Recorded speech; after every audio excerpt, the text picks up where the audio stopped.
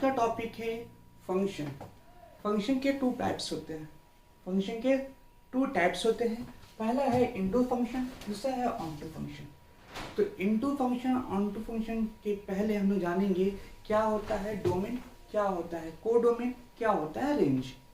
तो अभी क्या है, मुझे फंक्शन नहीं पता है कि फंक्शन है कितना, क्या है फंक्शन का, है ना। Function y is equal to F X है, ये मुझे नहीं पता है क्या है फंक्शन, बट मुझे पता है कि x का वैल्यू क्या डालना है। तो x का वैल्यू क्या x1 डाल सकते हैं, x2 डाल सकते हैं, x3 x4। मतलब ये है कि अगर डाल सकते हैं x1 x2 x3 and x4 तो उसका आउटपुट क्या आ सकता है। देखिए x1 के कॉरस्पॉन्डिंग y1 आ सकता है, x2 के कॉरस्पॉन्डिंग y2 आ सकता है, x3 के कॉरस्पॉन्डिंग y3 आ सकता है, x4 के कॉरस्पॉन्डिंग y4 आ सकता है, और क्या है y5 भी आ सकता है अगर x5 होगा। मतलब ये कहने का मतलब आ सकता है, मतलब पहले हम x1 डालेंगे तो ये आ सकता है। इसका मतलब ये हुआ, ये क्या है, ये क्या है डोमेन है, और ये क्या है कोडोमेन है।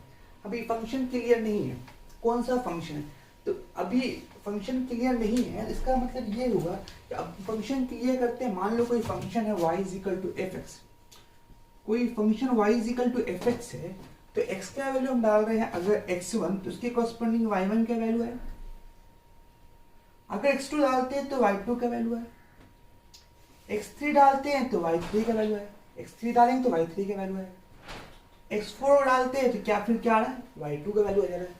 मतलब ये है कि x के दो डिफरेंट वैल्यू के लिए y का सेम वैल्यू आ रहा है, x के टू डिफरेंट वैल्यू के लिए y का सेम वैल्यू आ रहा है। एक ये चीज है। इसमें क्या है कि सारे x के वैल्यू के लिए y का वैल्यू नहीं आ रहा है। मतलब ये कि कहने का मतलब ये हुआ कि देखो अभी तो ये क्या था डोमेन था, और फंक्शन आने से पहले क्या था कोड डोमेन। अब फंक्शन आ गया, अब फंक्शन में वैल्यू पुट करने के बाद ये y1 का आया, y2 आया, y3 आया, एंड फिर x4 डालने पे y2 आया। इसका मतलब क्या हो कि y1 y2 y3 ये क्या है रेंज आया, जबकि कोड डोमेन क्या था y1 y2 y3 y4 and y5 ये क्या है कोड डोमेन था। जबकि फंक्शन बोला है कि y1 y2 y3 ही होना चाहिए। इसका मतलब ये हुआ कि codomain not equal to range. पहले जो x1 x2 x3 के कॉरस्पॉन्डिंग जो आ सकता था, जो x1 x2 x3 x4 की corresponding y1 y2 y3 y4 आ सकता था, तो ये x1 x2 x3 क्या था डोमेन था, और y1 y2 y3 y4 क्या था कोडोमेन। अब फंक्शन आ गया, इसका मतलब क्या है देखिए x के एक वैल्यू के लिए y का वैल्यू, मतलब ये फंक्शन जो है यहाँ से क्रॉस करेगा, यहाँ से क्रॉस करेगा। x2 के लिए क्या y2 का वैल्यू, x2 के लिए y2 का वैल्यू, फंक्शन यहाँ से जाएगा। x3 के लिए y3 का वैल्यू, x3 के लिए y3 का वैल्यू, x3 के लिए y3 का वैल्यू, हाँ, और x4 के लिए x4 के लिए वैल्यू है, x4 के लिए y2 का वैल्यू, x4 के लिए क्या होगा ये तुम्हारा x4 है, x4 के लिए y2 का वैल्यू। मतलब ये कहने का कि यहाँ पे क्या हुआ, जो फंक्शन अब ये फंक्शन आया, अब ये क्या है कि डोमेन जो था x1 x2 x3 x4 डाला, और मुझे फंक्शन क्या आउटपुट दे रहा है y1 y2 y3 y4 नहीं दे रहा है। इसका मतलब ये हुआ कि जो y1 y2 y3 फंक्शन की वजह से आ रहा है, इसलिए y1 y2 y3 क्या होगा ये रेंज होगा। जबकि पहले जो y का वैल्यू था y1 y2 y3 y4 ये क्या था कोडोमेन था। क्लियर है। तो कोड डोमेन जो 1 से लेकर 4 तक, जबकि एक फंक्शन के कॉरस्पॉन्डिंग जो y का वैल्यू आया y1 y2 y3 आया, इसलिए क्या आया ये रेंज होगा। अब codomain is equal to not range, इसलिए ऐसा फंक्शन को हम लोग कहेंगे ये फंक्शन जो है इनटू फंक्शन है। So function is into function.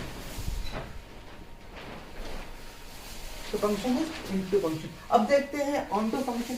हाँ, ऑनटू फंक्शन अभी क्या है x1 x2 x3 x4 x5 ये क्या है डोमेन। अब देखिए ध्यान से y1 y2 y3 y4 y5 क्या है कोड डोमेन है। अभी फंक्शन क्लियर नहीं किया क्या है फंक्शन। हाँ, अब फंक्शन क्लियर करके देखते हैं क्या। मान लीजिए कि x का कोई रिलेशन y के साथ कोई फंक्शन है, f के फंक्शन है, कोई एक फंक्शन है जो x का रिलेशन y के साथ है ना। तो फंक्शन क्या बता रहा है कि x के एवरी x1 के लिए क्या y1 का वैल्यू, x2 के लिए y2 का वैल्यू, है ना, और x3 के लिए y3 का वैल्यू। ये क्या फंक्शन बोल रहा है ऐसा। x4 के लिए y4, इसका मतलब ये डोमेन हुआ। अभी क्या होगा, ये y1 y2 y3 y4 क्या होगा, रेंज हो जाएगा। पहले कोड डोमेन था, अब देखो क्या है, रेंज हो गया, क्योंकि फंक्शन की जो वैल्यू जो y का आया है वो क्या कहलाता है, रेंज कहलाता है। अब देखते हैं x1 पे क्या है, y1 का वैल्यू, मतलब कि यहाँ पे x2 पे y2 का वैल्यू, यहाँ पे x3 पे y3 का वैल्यू, x3 पे y3 का वैल्यू ऐसे, x4 पे y4 का वैल्यू यहाँ ना, ये तुम्हारा x4 पे y4, मतलब ये कहने के एवरी x के वैल्यू के लिए y का वैल्यू आ रहा है।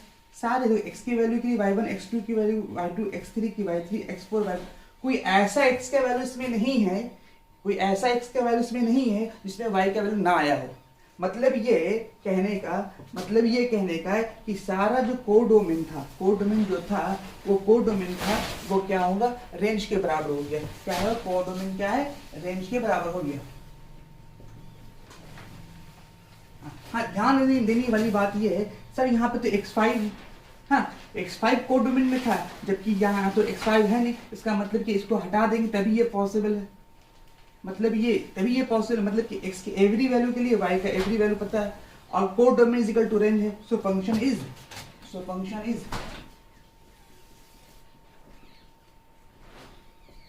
On to function